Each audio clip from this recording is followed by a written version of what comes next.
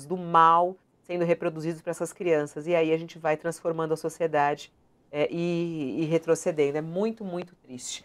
Bom, vamos receber mais um convidado. A gente já ouviu aqui o nosso professor Walter Mairovich fazendo uma análise sobre o julgamento de Bolsonaro. A gente quer saber também outras opiniões. Por isso vai chegando aqui o professor, ele saiu da aula agora. Professor Cardoso, não é mais um ministro, é o professor Cardoso que entra aqui conosco a partir de agora. Olá, bom dia, seja bem-vindo. Olá, um abraço a todos vocês. É um privilégio participar outra vez desse programa. É muito bom que você saiu da área política e agora pode nos ajudar a entender o que está acontecendo e a fazer análises jurídicas. Mas Isso olha, é... Fabíola, é tão bom falar sem qualquer consequência aquilo que É, a gente pensa, consequência política, eu digo, que é é, fantástico é participar muito do bom. programa. Eu imagino que você deva receber, às vezes, alguns telefonemas pelas suas opiniões, mas está Não, valendo, é. né? Mas aí, uma coisa é você falar para a tua consciência, outra coisa é você ser ministro, falar alguma coisa e estourar uma bomba atômica pelo que você É. falou, entendeu? É diferente.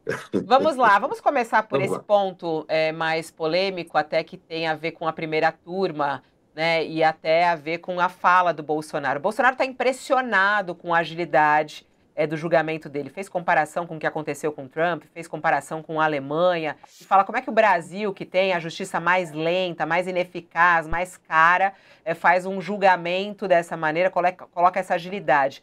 Realmente está acima do que é normal na justiça brasileira o julgamento do Bolsonaro. Há aí uma agilidade acima do normal. E mais, a história da primeira turma, isso pode vir a trazer problemas para esse julgamento? Veja, Fabiola, é o seguinte, a meu ver, o processo ele é demarcado por alguns prazos, por alguns trâmites que a justiça tem que obedecer. Respeitado isso e respeitado aquilo que é sagrado e está afirmado na Constituição, que é o contraditório, a ampla defesa e o princípio do devido processo legal, cabe ao juiz avaliar, até com um certo padrão de discricionariedade, o que ele deve priorizar ou não. O que ele não pode é desrespeitar prazo, o que ele não pode é atropelar direitos. Ou seja, infelizmente no Brasil, nós temos uma justiça morosa por uma série de questões estruturais. Deveria ser o contrário. Porém, os juízes, eles, diante da realidade da conjuntura, respeitados os marcos legais, têm, a meu ver, liberdade discricionária para poder dizer: olha, esse processo tem consequências maiores se não for decidido agora, esse processo menos, e assim por diante. Há uma certa margem. O juiz não é obrigado a seguir uma ordem cronológica nos atos que pratica, ele é obrigado a respeitar prazos. Muito bem. Nós tivemos situações ao longo da vida em que eu tenho processos que são tratados com maior velocidade, outros com menor velocidade. Alguns, e a meu ver, eu me preocupo, são tratados com falta de velocidade excessiva. Eu me lembro, por exemplo, que eu fui advogado de Dilma Rousseff no impeachment, e quando eu impetrei o mandado de segurança, o Ministério Público demorou para se manifestar mais de um ano e meio. Isso eu acho inaceitável, porque aí um prazo legal havia sido desrespeitado. Claro. Há certas coisas, portanto, que a gente não tolera. Neste caso, eu tenho a tramitação, ao que sei, feita rigorosamente dentro de prazo sendo observado. Então, ou seja, por quê? Provavelmente, porque dentro da sobrecarga de processo do Supremo Tribunal Federal, se avalia que este processo, porque esse processo ele tem como veio central a ofensa ao Estado de Direito e à democracia. Ou seja, é uma situação em que um ex-presidente da República está sendo processado e acusado de tentar um golpe de Estado.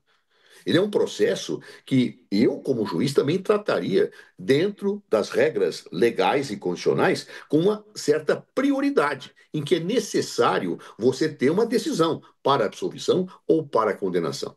Se você pegar as médias dos processos criminais no Supremo Tribunal Federal, sem dúvida, esse processo está andando mais rápido, mais respeitados os prazos legais. A pergunta, então, é: deveria andar mais rápido? Eu acho que sim, pela própria natureza do delito envolvido, pela própria natureza que cerca o extra autos desse processo.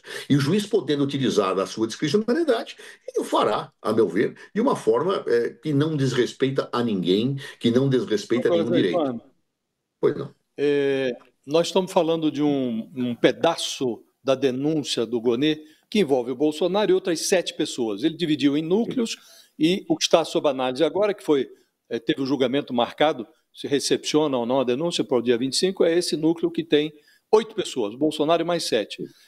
Observando isso que você está dizendo, respeitando todos os prazos, é possível concluir o julgamento? Recebe, vira ação penal, abre o espaço para o amplo contraditório, oferecimento de oportunidade para ouvir testemunhas, tudo isso, respeitando todos os prazos. É possível haver uma condenação desses 8 personagens, pelo menos, ainda neste ano de 2025? Ou isso é impossível diante dos prazos legais que precisam ser observados? Josias, olha, uma coisa que eu aprendi no mundo do direito é não dar prognósticos temporais, porque é possível. Eu não sei se será possível. Falo com toda a franqueza e lealdade a vocês. Em tese, é possível. Mas sabendo de antemão que esses réus possuem advogados extremamente competentes, que vão colocar certas questões que serão incidentes processuais e vão levantar questões, justamente pelo que parece, não é interesse do cliente dele que o processo ande agora, claro. Eu acredito que não é tão simples assim ser julgado esse ano. Acredito sinceramente. Mas é possível? É possível. Vai acontecer? Não sei. Claro, é a única coisa que eu posso te dizer. Ministro, É muito bom isso. muito provavelmente esse julgamento final ocorrerá na primeira turma.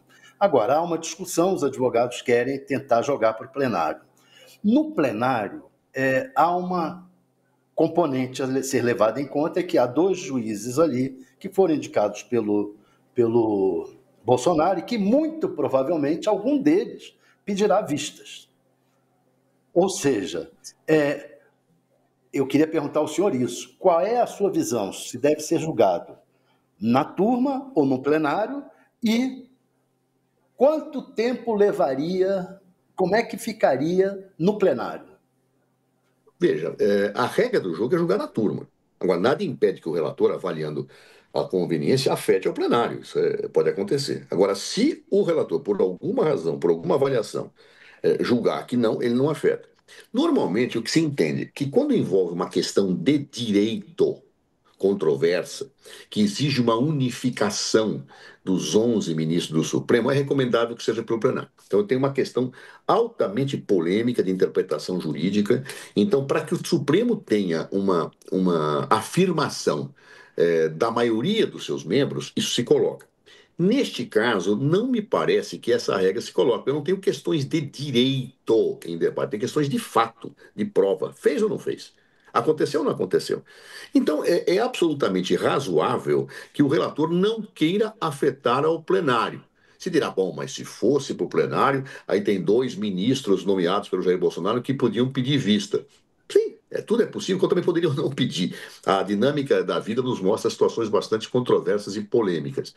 Mas, seja como for, a verdade é que tudo isso está dentro da regra do jogo. O que o judiciário jamais pode fazer é descumprir regras regimentais, legais e constitucionais. Isto todo mundo, gostemos da pessoa ou não gostemos da pessoa, tem direito a ver respeitado. Então, pessoalmente, acho que eu não vejo nenhum problema de ser julgado pela turma. Se não se avaliar que é o caso e tem uma questão de tal dimensão e controvérsia do ponto de vista do direito que exija para ir ao plenário, que fique na turma. É como tenho visto.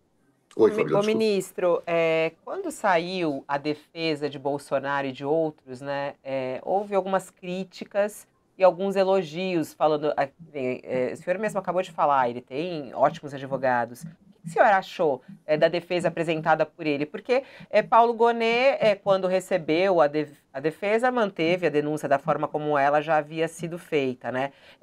Como é que o senhor tem visto essa defesa de Bolsonaro? Para que lado ele deve ir? Veja, eu li a denúncia e li a defesa, eu achei a defesa muito competente, mas nós temos que ter claro que o advogado só pode fazer aquilo que é possível, né? Quando os fatos não ajudam, ele não pode criar novas situações, né? A defesa está fazendo o que ela pode. Tem advogados brilhantes aí, como o doutor Celso Vilardi, como aquilo que eu chamo de Zuca, né? Que é um advogado criminalista de grande perfil, e outros, né? Eles estão fazendo o que eles podem. Agora, entre nós, para alguém que está olhando como espectador e vendo, não conhecendo todos os autos, é verdade, mas muito que a imprensa divulgou, os fatos não nos ajudam. Eu fico pensando muitas vezes, eu penso assim, se eu fosse advogado desses réus, o que que eu faria? Olha, eu acho até que eles fizeram mais do que podiam, porque realmente a situação não é fácil para o presidente, para o ex-presidente, não é fácil para os réus.